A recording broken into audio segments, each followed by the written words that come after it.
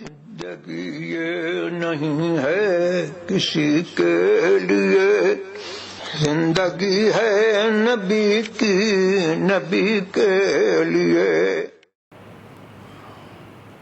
الحمد للہ رب العالمین والعاقبۃ للمتقین، والصلاة والسلام علی سید الانبیاء والمرسلین وعلى آلہ الطیبین الطاہرین واصحابہ المطہرین ومن اتبعہم بإحسان الی یوم الدین۔ اما بعد، فقد قال اللہ تعالی فی القرآن المجید والفرقان الحمید: قل ان کنتم تحبون اللہ فاتبعونی یحببکم اللہ ویغفر لکم ذنوبکم واللہ غفور رحیم۔ صدق اللہ العظیم وصدق رسولہ النبی الامین الکریم، ونحن على ذلك لمن الشاہدین والشاکرین والحمد للہ رب العالمین۔ آئیے دل لگا کر اپنی اور ساری کائنات کی مرکز عقیدت حضور رحمت عالم، جان عالم، فخر بنی آدم، سید الانبیاء والمرسلین، ارواحنا فداہ جناب محمد الرسول اللہ صلی اللہ تبارک و تعالی علیہ وسلم کی مقدس بارگاہ میں درود و سلام کا ہدیہ محبت پیش فرما لیں۔ اللہم صلی علی سیدنا شفیعنا حبیبنا مولانا محمد معدن الجود والکرم، منبع العلم والحلم والحکم، وآلہ وصحبہ وبارک وسلم، صلاۃ و سلاما علیک یا رسول اللہ صلی اللہ تعالی علیہ وسلم۔ گزشتہ شب بعد نماز عشاء اسی مسجد محبوب سبحانی میں عرس رضا منعقد کیا گیا، اور مختصر سی محفل میں اعلیٰ حضرت عظیم البرکت رضی اللہ تبارک و تعالی عنہ کی بارگاہ میں خراج عقیدت پیش کیا گیا۔ مائک کے خراب ہونے کے سبب میں کچھ اہم باتیں کل بیان نہیں کر سکا جو مجھے بیان کرنا تھا، اور پھر مجھے ایک جگہ جانا بھی تھا جس کی بنیاد پر بیان ادھورا رہا اور ناقص رہا، اور پھر آج 25 صفر المظفر یعنی اعلیٰ حضرت کا یوم وصال بھی ہے، اور بریلی شریف میں لاکھوں کی تعداد میں مسلمان جمع ہیں اور اپنے امام کی بارگاہ میں خراج پیش کر رہے ہیں، تو اسی مناسبت سے آج میں کچھ باتیں اور عرض کرنا چاہتا ہوں۔ آغاز گفتگو سے قبل امام اہل سنت کی لکھی ہوئی مشہور زمانہ نعت پاک کے میں چند اشعار حصول برکت کے لیے پیش کرنا چاہتا ہوں۔ ہمارے امام نے انتہائی انوکھے انداز میں اپنے حبیب حضور رحمت عالم، جان عالم صلی اللہ علیہ وسلم کی تعریف و توصیف کرتے ہوئے یوں کہا: یا رسول اللہ، اٹھا دو پردہ، دکھا دو چہرہ کہ نور باری حجاب میں ہے۔ اٹھا دو پردہ، دکھا دو چہرہ کہ نور باری حجاب میں ہے، زمانہ تاریک ہو رہا ہے کہ مہر کب سے نقاب میں ہے۔ انہی کی بو مایۂ سمن ہے، انہی کا جلوہ چمن چمن ہے، انہی سے گلشن مہک رہے ہیں، انہی کی رنگت گلاب میں ہے۔ آگے فرماتے ہیں: وہ گل ہیں لبہائے نازکن کے، ہزاروں جھڑتے ہیں پھول جن سے، گلاب گلشن میں دیکھے بلبل یہ دیکھ گلشن گلاب میں ہے۔ یہ ایسا عظیم الشان شعر ہے کہ اگر اس کی تشریح کی جائے تو کئی گھنٹے صرف ہو سکتے ہیں، ایسا عظیم الشان شعر ہے یہ۔ کسی موقع پر انشاءاللہ میں اس کی شرح کروں گا آپ کے سامنے۔ آگے فرماتے ہیں کھڑے ہیں منکر نکیر سر پر، نہ کوئی حامی نہ کوئی یاور، بتا دو آ کر میرے پیمبر کہ سخت مشکل جواب میں ہے، خدائے قہار ہے غضب پر، کھلے ہیں بدکاریوں کے دفتر، بچا لو آ کر شفیع محشر تمہارا بندہ عذاب میں ہے۔ اور آگے مقطع میں ارشاد فرماتے ہیں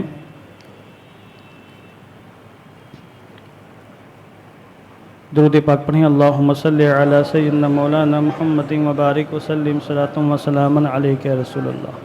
کریم اپنے کرم کا صدقہ، لئیم بے قدر کو نہ شرما، تو اور رضا سے حساب لینا، رضا بھی کوئی حساب میں ہے۔ اٹھا دو پردہ دکھا دو چہرہ کی نور باری حجاب میں ہے، زمانہ تاریک ہو رہا ہے کہ مہر کب سے نقاب میں ہے۔ معزز حضرات سامعین محترم، کل میں نے آپ کے سامنے یہ عرض کیا کہ حضور سرکار اعلیٰ حضرت رضی اللہ تبارک و تعالیٰ عنہ کے اندر ایک ایسا وصف غالب تھا جس کا اعتراف ہمارے مخالفین بھی کرتے ہیں، وہ یہ کہ سرکار اعلیٰ حضرت اپنے زمانے کے سب سے بڑے عاشق رسول تھے۔ ایسا محسوس ہوتا ہے کہ آپ کا خمیر عشق رسول سے تیار کیا گیا ہے، اور ایسا محسوس ہوتا ہے کہ آپ کے والدین کریمین نے عشق رسول آپ کو گھٹی میں پلایا تھا، اور عشق رسول کا سرما لگا لگا کر آپ کی پرورش فرمائی تھی۔ جا بجا آپ کی زندگی میں عشق رسول کے جلوے نظر آتے ہیں، اور آپ نے عشق رسول سے سرشار ہو کر اپنی زندگی کے تمام گوشوں میں آقائد عالم نور مجسم صلی اللہ تعالی علیہ وسلم کی ایسی اطاعت فرمائی کہ ہم پورے یقین کے ساتھ کہہ سکتے ہیں کہ آپ رضی اللہ تعالیٰ عنہ حضور کے محبوب ترین غلاموں میں شامل ہیں۔ اور قرآن مقدس میں باقاعدہ بشارت دی گئی، اور اللہ رب العزت نے اپنے محبوب سے ارشاد فرمایا، اے محبوب آپ اعلان فرما دیں، ان کنتم تحبون اللہ فاتبعونی، اے محبوب آپ اپنی زبان سے اعلان فرما دیں کہ اے میرے بندوں، اے میرے غلاموں، اے میرے امتیوں، اگر تم اللہ سے محبت کرتے ہو تو تم میری اطاعت کرو، میری پیروی کرو، یحببکم اللہ، جب تم میری اطاعت کرو گے تو اللہ تم سے محبت فرمائے گا، تم اللہ کے محبوب بندے بن جاؤ گے۔ تو جو حضور علیہ الصلوۃ والسلام کی اطاعت کرتا ہے، فرما برداری کرتا ہے، اس کے لیے ایک بشارت تو یہ ہے کہ وہ اللہ کا محبوب بندہ بن جاتا ہے، اور دوسری بشارت یہ ہے کہ اگر اس سے گناہ صادر ہوئے تو اللہ اس کے گناہوں کو معاف فرما دیتا ہے، وَيَغْفِرْ لَكُمْ ذُنُوبَكُمْ، اور اللہ تمہارے سارے گناہوں کو معاف فرما دے گا۔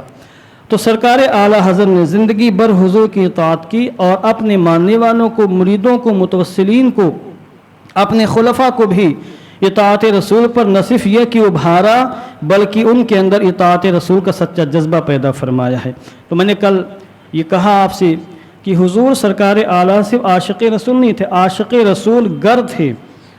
آپ نے لوگوں کو عاشق رسول بنایا ہے، اپنی زندگی بھر آپ عشق رسول کا پرچار کرتے رہے، اور پھر آپ نے انتقال سے پہلے امت محمدیہ کو کتابوں کی شکل میں ایسا عظیم الشان سرمایہ عطا فرمایا جو پھر صبح قیامت تک عشق رسول کے جامع لبالب مسلمانوں کو پلاتا رہے گا۔ وہ عظیم الشان سرمایہ آج بھی کنز الایمان کی شکل میں، فتاوی رضویہ شریف کی شکل میں، اور آپ کے سینکڑوں تصانیف کی شکل میں ہمارے سامنے موجود ہے۔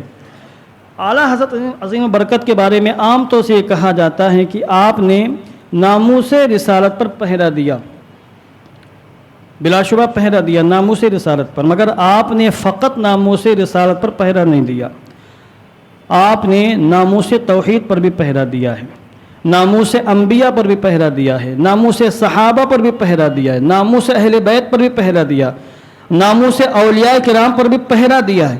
اولیاء کرام کے شان میں بے ادبیاں گستاخیاں کی گئیں تو پہرا آپ نے دیا، باقاعدہ کتابیں آپ نے لکھیں، بدتمیزی کرنے والوں کو منہ توڑ جوابات آپ نے دیے، اہل بیت کرام کے شان میں خارجیوں نے گستاخیاں کی تو کتابیں آپ نے لکھی، اہل بیت کرام کا مقام اور مرتبہ آپ نے واضح فرمایا، صحابہ کرام کی شان میں گستاخیاں کی تبرہ بازیوں نے، تبرہ باز رافضیوں نے، تو کتابیں آپ نے لکھ کر رافضیوں کا ناطقہ بند کیا ہے۔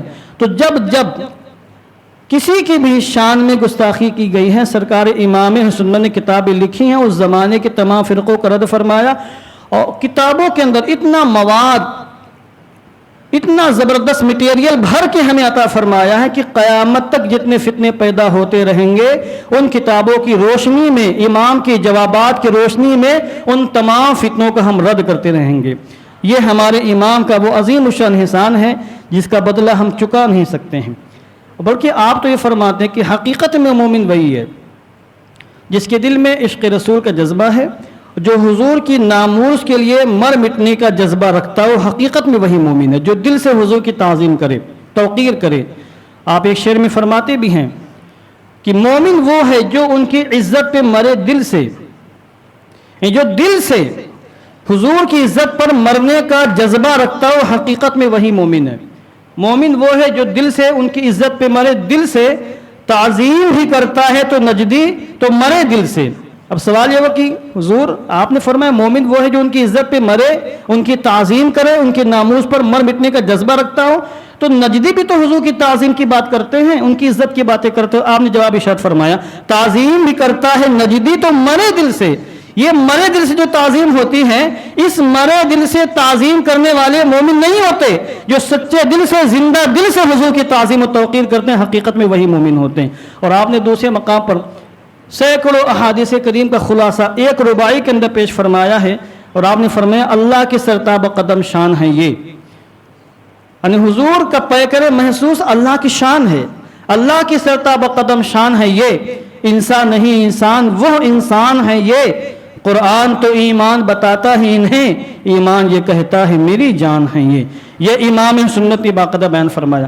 آپ ایسے عاشق رسول تھے، ایسے عاشق رسول تھے، حضور کی محبت میں ایسے فنا تھے کہ آپ نے یہ بھی گوارا نہیں فرمایا کہ حضور کے علاوہ کسی اور کو سرکار کہا جائے۔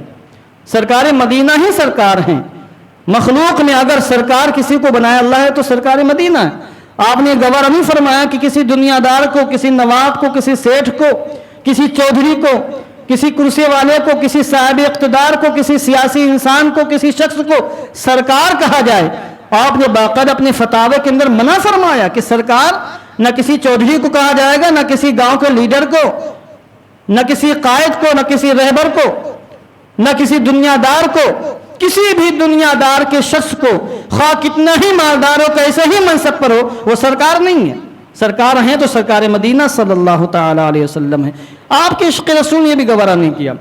دنیا کے تمام مسلمان کعبۃ المعظمہ کو اپنی عقیدتوں کا مرکز مانتے ہیں، اور ہم نماز پڑھتے ہیں تو کہتے ہیں چہرہ میرا کعبہ شریف کی طرف، منہ میرا کعبہ شریف کی طرف، رخ میرا قبلہ کی جانب۔ اور دنیا کے تمام مسلمان کعبے کو کعبہ کہتے ہیں، قبلہ کو کعبہ کہتے ہیں۔ امام سنت فرماتے ہیں بلا شبہ قبلہ قبلہ ہے، کعبہ کعبہ ہے، تمام مسلمانوں کے عقیدتوں کا مرکز ہے، مگر اگر یہ پوچھو کہ اس قبلے کا قبلہ کیا ہے تو فرماتے ہیں کہ حضور کا گنبد خضرا اس قبلے کا بھی قبلہ ہے۔ اور باقاعدہ آپ نے اپنے ایک نعت پاک میں اس کی وضاحت فرمائی ہے، اور حاجیوں سے خطاب کرتے ہوئے آپ نے فرمایا حاجیوں آؤ شہنشاہ کا روزہ دیکھو، کعبہ تو دیکھ چکے کعبے کا کعبہ دیکھو، رکن شامی سے مٹی وحشت شامی غربت، اب مدینے کو چلو صبح دل آرا دیکھو، خوب آنکھوں سے لگایا ہے غلاف کعبہ، قصر محبوب کے پردے کا بھی جلوہ دیکھو، زیر میزاب ملے خوب کرم کے چھٹے، آؤ جود شہ کوثر کا بھی دریا دیکھو۔ عشق و محبت سے وارفتہ ہو کر آپ نے یہ اشعار فرمائے ہیں، اور جو بات دل سے نکلتی ہے وہ اثر رکھتی ہے۔ آپ نے اپنے زندہ بیدار دل کے ساتھ حضور کی محبت میں فنا فی الرسول ہو کر یہ اشعار کہے ہیں، تو آج بھی سنی مسلمانوں کی زبانوں پر آپ کے اشعار جاری ہیں۔ آپ بالکل، اگر میں سوال کروں آپ سے کہ امام عشق و محبت کے کلام میں آپ کو کتنا مزہ آتا ہے، تو کوئی جاہل سے جاہل انسان بھی جو کلام کو سمجھ نہیں سکتا امام عشق و محبت کے کلام کو، مگر وہ بھی کہتا ہے کہ جب اویس رضا صاحب پڑھتے ہیں تو مزہ آ جاتا ہے، بھلے ان کو سمجھ میں نہ آئے۔ تو کوئی عاشق رسول جب عاشق رسول کا کلام پڑھتا ہے تو بھلے وہ سمجھ نہ سکے کیا کہہ رہے ہیں، کون سی گفتگو ہو رہی ہے، کس کی تعریف ہو رہی ہے، کس طرح کی استعارات تشبیہات کا استعمال ہو رہا ہے، اور کس انداز سے کس زاویے سے گفتگو ہو رہی ہے، مگر وہ جھومتا ہوا نظر آتا ہے، اس کو مزے ملتے ہیں۔ قصیدہ معراجیہ کتنا مشہور قصیدہ ہے، آپ اچھے علماء اس کو سمجھ نہیں پاتے قصیدہ معراجیہ کو۔ خود کتنے اشعار ایسے ہیں کہ ہم لوگوں کے سروں کے اوپر سے نکل جاتے ہیں، محنت کرنی پڑتی سمجھنے کے لیے ان کو۔ اس طرح کے علوم و فنون کے دریا بہا کر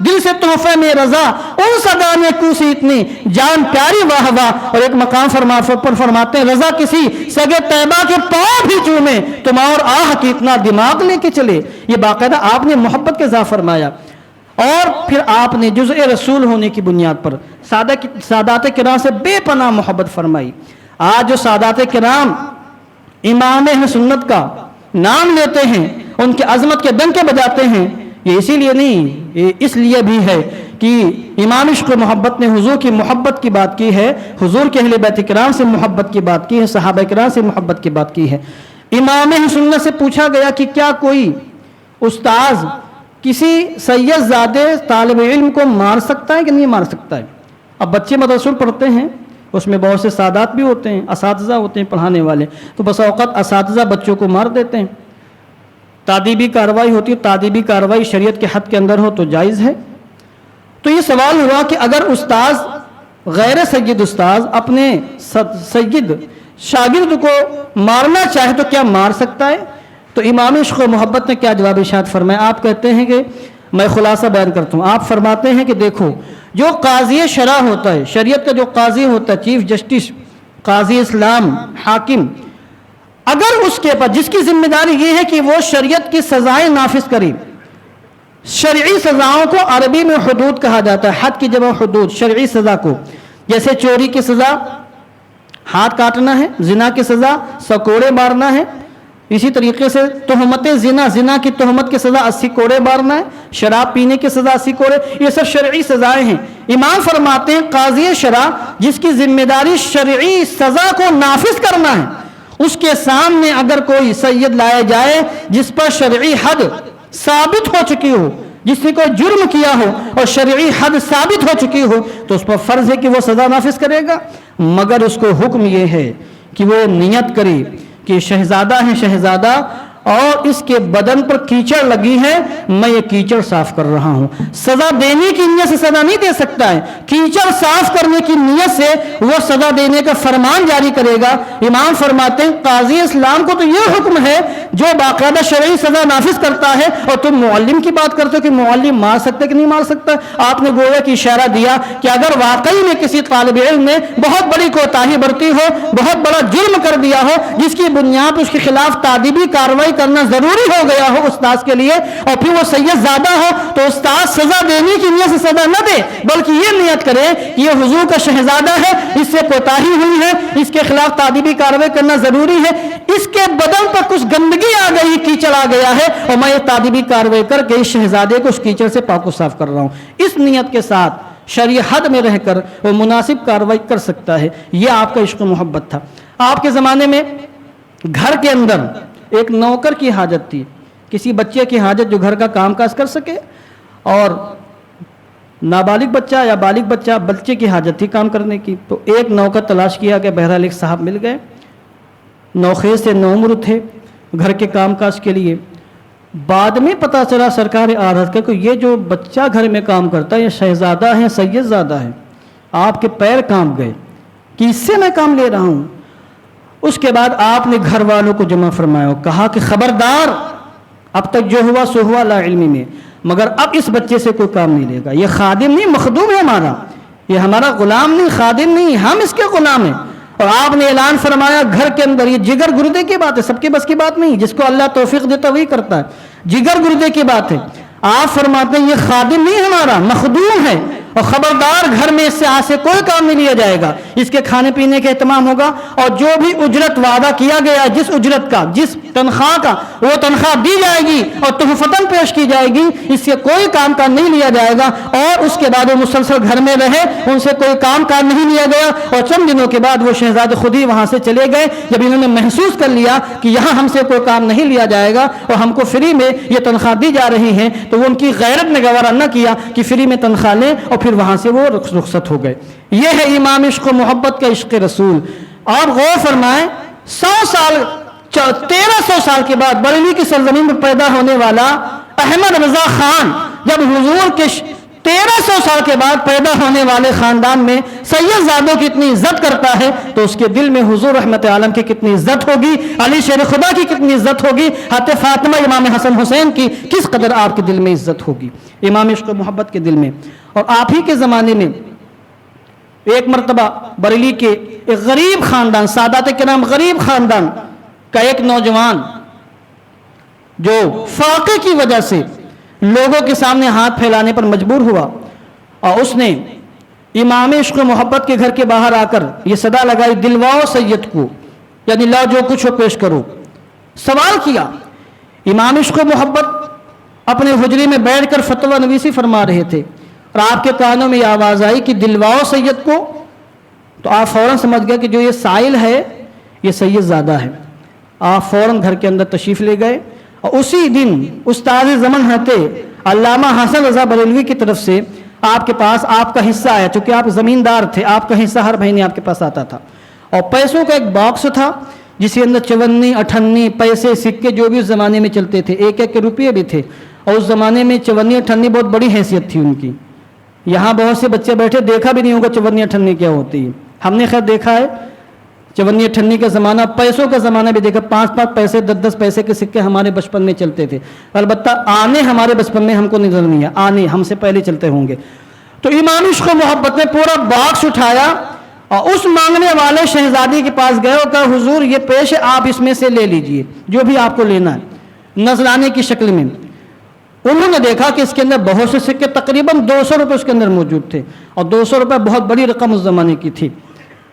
تو انہوں نے ایک چونی اٹھائی اور جانے لگے.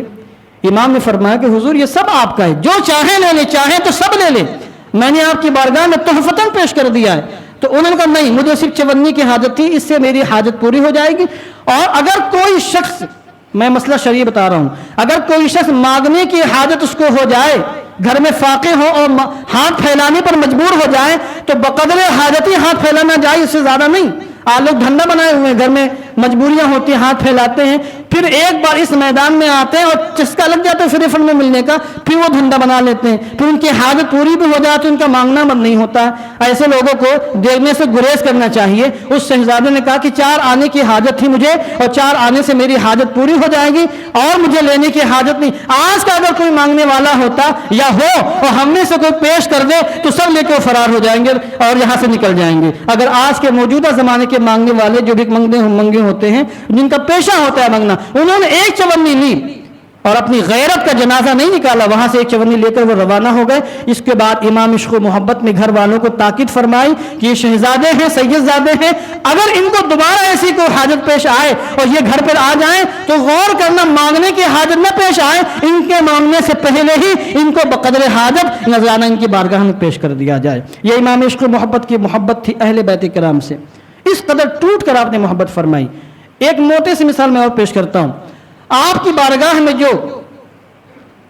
میلاد وغیرہ کی محفلیں ہوتی تھی گھر میں، تو 9 محلہ کے سادات کرام اور دیگر سادات کرام جب آپ کی محفلوں میں آتے تھے تو امام عشق و محبت آپ کے دادا جان کے زمانے ہی سے رواج تھا. حضرت علامہ رضا علی صاحب خان صاحب قبلہ رحمۃ اللہ تعالی علیہ، جو آپ کے دادا جان اپنے وقت کے بہت بڑے اولیاء میں آپ کا شمار ہوتا ہے، ان کے زمانے سے یہ رواج تھا کہ محفل میلاد میں یا دیگر محفلوں میں سادات کرام کو عام لوگوں سے ڈبل حصہ دیا جاتا تھا. تو سید محمود جان یہ امام عشق و محبت سے بڑا پیار فرماتے تھے، ان کی محفل میں شریک ہوتے تھے. ایک مرتبہ ایسا حسن اتفاق کہہ لیجئے یا سوء اتفاق کہ اس محفل میں جو شیرینی تقسیم کر رہا تھا، اس نے عام لوگوں کی طرح سید محمود جان کو بھی ایک ہی حصہ دیا. ظاہر سی بات ہے، ان کی ایک امتیازی شان تھی، ہر محفل میں ڈبل حصہ ملتا تھا، اور اس محفل میں ان کو ایک ہی حصہ، یعنی ان کے ساتھ عام برتاؤ کیا گیا جو برتاؤ اور لوگوں کے ساتھ کیا جاتا تھا. اس سے ان کے قلب نازک کو ٹھیس پہنچی اور وہ حصہ لے کر چپ چاپ امام عشق و محبت کی بارگاہ میں آئے اور کہا واہ جناب واہ، ہمیں تو ہر بار مرتبہ ڈبل حصہ ملتا تھا، ہم لوگ سادات کرام میں سے ہیں، اور اس بار ہمیں دیکھیے ایک ہی حصہ ملا. ہمارے ساتھ وہی معاملہ ہوا جو دیگر لوگوں کے ساتھ معاملہ ہوتا ہے. امام عشق و محبت نے اتنا سنا تو آپ جلال میں آئے اور کہا شیرینی تقسیم کرنے والے کو بلایا جائے.